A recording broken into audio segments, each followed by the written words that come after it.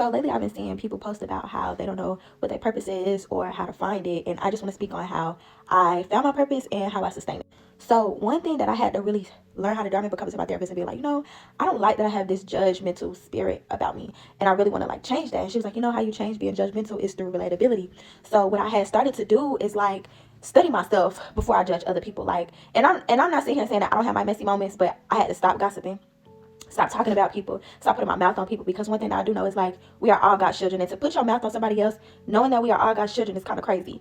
And one thing that I really began to practice is like if I felt myself coming into opposition with like something that somebody is doing, I would stop and be like, what is this trying to show me? And I practice it now more than ever. And I literally had this today, and I will say like one example is this is like somebody that I was with in the past. I would always be like, damn, like you're always in victim mode, like you're such a victim, like.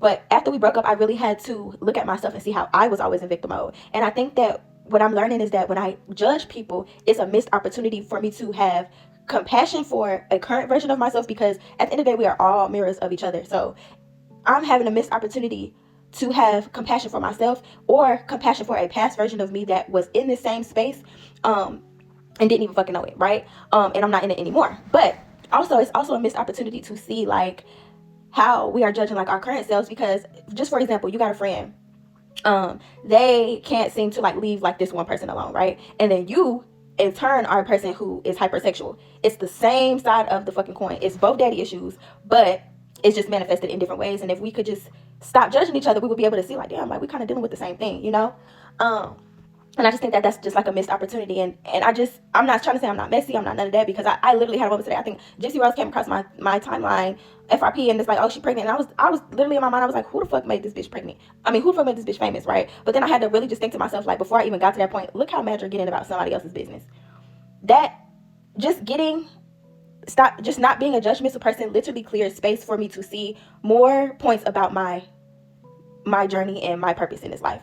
And another thing is like getting people up out of your circle that don't see your gift, and just surrounding yourself with people who do. Like my daddy always tell me, you're very headstrong and very determined. If you say that you're gonna do something, you're going to fucking do it. You've been that way your whole life.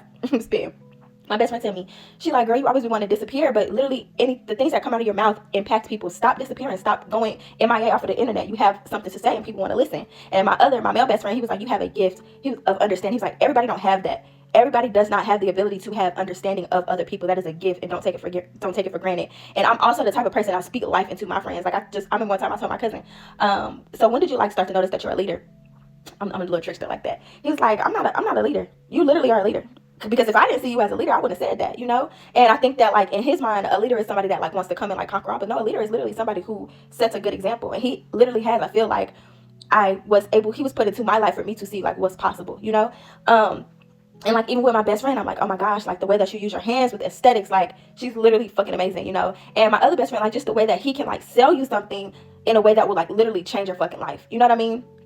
And even just going about it like with my dad, like he has touched so many people's lives, and it's like that's the type of energy that I want to have like around me at all times, because if you're around people that don't recognize your gift, you will soon begin to like forget the fact that you are gifted. And another thing is like if you really just like don't know where the fuck you at, like ask 3 people in your life that you are close to name 3 things about you that they absolutely love, and 3 things about you that you are gifted at. Whether that's you being funny, whether that's you being a real bad pretty bitch with a nice ass body, whether that's something like, oh, you just naturally gifted in like doing hair, or did I already say funny? Because being funny can literally change your whole entire life. All of those things can literally change your entire life.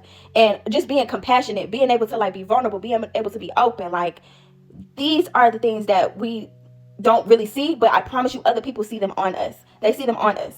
And if you have people around you that you trust and you love and vice versa, they will speak those things into you.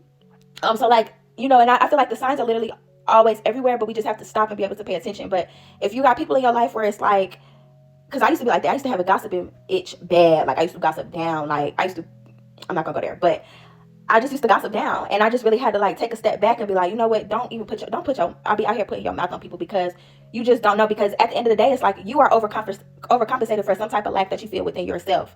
Putting your mouth on people, gossiping. It's like you trying to peek into their life. It's like, what about your life? What about your life? So I really had to like take a step back and get to that point. And those are the things that I sustain. Like me and my cousin, I went on my walk. I usually don't even take my phone outside when I go on my walk, but we had a really good conversation just about an epiphany that he was having, and me just being able to like add to that. And and my own 2 cents, and like we just were able to bounce off that energy. And I just know that like I want to be able to like whenever me and my best friend say this all the time, whenever we end off of the phone with each other, we feel full. And that's what I want for myself all the time, and that's how I sustain myself, is just having conversations with people where we in a conversation we both feel full. I don't feel drained, that type of thing, you know. So I hope that helps. But that's just been on me all day, and I'm like, I gotta get this out, I gotta get this out, I gotta get this out. So yeah.